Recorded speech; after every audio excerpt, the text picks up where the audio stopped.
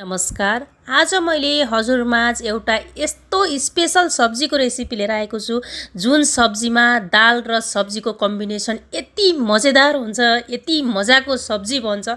साँच्चै नै भन्नुपर्दा एकदमै टेस्टी बन्छ। यो चनाको दाल र भेन्टाको यो कम्बिनेसनवाला सब्जी कसरी बनाउने आउनुस् म हजुरहरूलाई स्टेप बाई स्टेप सिकाउँछु। साँच्चै नै एकपटक ट्राई गर्नुहोला। यो यति टेस्टी बन्छ। चनाको दाललाई 8-9 घण्टा यसरी भिजाएर राख्नुहोस्। राम्रोसँग फुलिसकेपछि चनाको दाललाई एक साइडमा राखेर अनि त्यसपछि भेन्टालाई मसिनो बनाएर यस्तै लामो लामो बनाएर काट्नु होला। त्यसपछि लसुन लिँदैछु अनि अदुवा अनि त्यसपछि अनियन र अनि टमाटर दुईटा, अनियन मिडियम साइजको छ। अब त्यसपछि मैले स्टार्ट गर्नुभन्दा पहिला भन्न चाहन्छु हजुरहरूले अझै पनि मेरो च्यानललाई सब्स्क्राइब गर्नुभएको छैन भने प्लिज सब्स्क्राइब गरिदिनु होला र मलाई सपोर्ट गरिदिनु होला। मैले यसरी नै भिडियोहरू राखिरहने छु रेगुलर बेसिसमा। अब यतातिर भिडियो सुरु गर्दाखेरि मैले 2 चम्चा तेल राखेँ। यो चाहिँ मस्टर्ड तेल। धुवा उठेपछि मात्र हाल्नु होला, धुवा निक्लेपछि मात्र, किनकि स्मेल आउँछ जुन हामीहरूको यो तोरीको तेल, त्यस कारणले।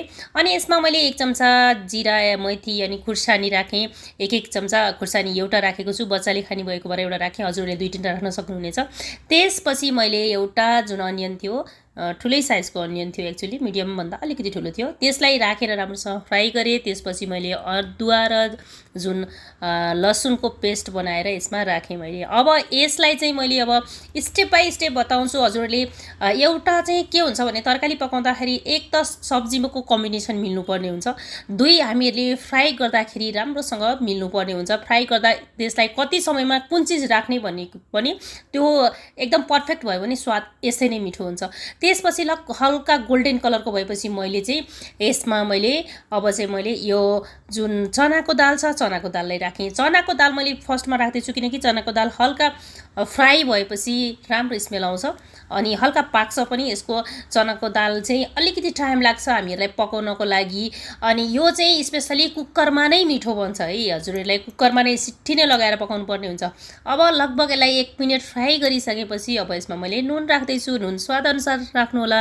अनि त्यसपछि चाहिँ मैले यसमा बेसार राखेँ। बेसार चाहिँ मेरो घरको बेसार हो यो, त्यस कारणले मैले आधा चम्चा मात्रै राखेको छु। एकदम राम्रोसँग आउँछ। अब यसरी राखिसकेपछि अब यसलाई चाहिँ मैले लगभग यसलाई 1 मिनट जति राम्रोसँग फ्राई गर्छु। चना हल्का पकाउँछु यसमा। अब यसरी मैले लगभग 1 मिनट जति पकाइसकेपछि अब यसमा याद गर्दैछु भेन्टा। याद गर्नु होला, भेन्टा यसरी नै काट्नु होला, जसरी भिडियोमा देखिएको छ त्यसरी नै काट्नु होला।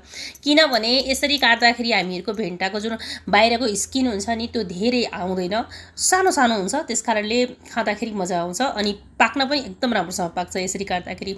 अब यसरी यसलाई राम्रोसँग फ्राई गरिसक्दाखेरि यतातिर चाहिँ मैले मसला रेडी गर्दैछु। मसलाको लागि मैले 2 चम्चा जति जिरा राखेँ, धनिया राखेँ, 1 चम्चा जिरा राखेँ। अनि त्यसपछि अब यसमा चाहिँ मैले जुन हामीहरूको मरिच छ, मरिचको दाना राखेँ 5-7 पिस। अनि त्यसपछि मैले यसमा चाहिँ थोरै अलिकति जुन दालचिनीको टुक्रा राखेको छु। यो अप्सनल छ, दालचिनी नराखे पनि हुन्छ।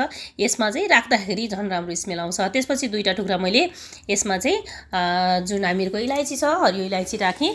यसमा यसरी राखिसकेपछि यसलाई सिलौटोमा पिसेर मैले अब यसको पाउडर चाहिँ यसमा मिक्स गरेर यसलाई चलाउन जाँदैछु। यसरी स्टेप बाई स्टेप पकाउनु होला। साँच्चै नै एकदम मिठो सब्जी बन्छ। अब यसलाई यसरी चलाइसकेपछि यसलाई फर्काइ लगभग यसलाई चाहिँ हामीहरूले 2-3 मिनट पकाउनु पर्ने हुन्छ। यसरी पकाउँदाखेरि मैले यसरी किन पकाइरहेको छु, किन ढक्कन नलगाइकन पानी हालेर एकैचोटि पानी हालेर ढक्कन लगायो भने हुन्थ्यो नि भन्ने हुन्छ होला।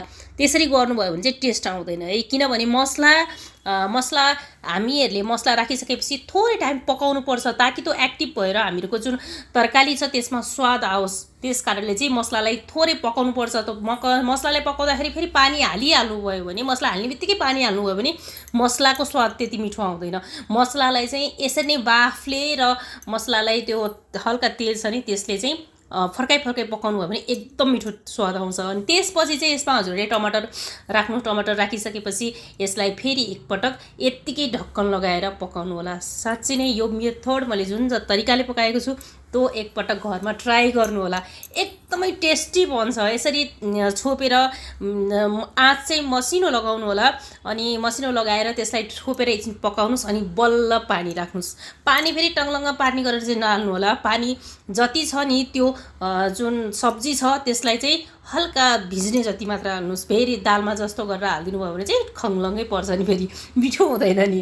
त्यस कारणले चाहिँ दाल यो जुन छ नि चोपिलो बनाउनको लागि चाहिँ हामीहरूले जति चाहिएको छ त्यति मात्र हाल्नुपर्छ। मैले चाहिँ यसमा 2 कप मात्र हालेँ, मात्र 2 कप हालेको छु। त्यसपछि मैले यसमा 4-5 सिटी लगाएँ। यसमा सिटी सायद मेरो 4-5 भयो हो।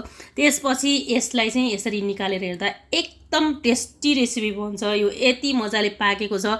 चनाको दाल र यो भेन्टाको कम्बिनेसनवाला सब्जी साँच्चै नै एकदमै टेस्टी बन्छ। हजुरहरूले पनि ट्राई गर्नु होला। यो एक्चुअली मेरो साथीले सिकाएको हो। मेरो साथी छ एकजना, उनी चाहिँ नर्थ इन्डियन साइडकी छिन्। तिनले एकदमै राम्रोसँग बनाउने भएको भएर मैले चाहिँ तिनीसँगै सिकेको हो। यो एक्चुअली भन्नुपर्दा इन्डियामा खान्छन् यो दालमा भनेर भन्छन्। उनीहरूले सब्जीहरू धेरै सब्जीहरू मिसाउँछन्, तर स्पेसली चनाको दालमा चाहिँ यो जुन हामीहरूको भेन्टा छ त्यो कम्बिनेसन एकदम पर्फेक्ट हुन्छ। यसकारण एकपटक ट्राई गर्नुहोला। साँच्ची नै हजुरको फ्यामिलीलाई चाहिँ सबैलाई मनपर्छ, यो मेरो ग्यारेन्टी भयो। आजको लागि यो भेन्टा र चनाको सब्जी यति नै। भोलि मैले अमलाको क्यान्टीवाला रेसिपी लिएर आउँदैछु। भोलिको भिडियो चाहिँ हेर्न नबिर्सनुहोला। आजको लागि यति नै। हेरिदिनु भएकोमा धेरै धेरै धन्यवाद। Okay, bye bye.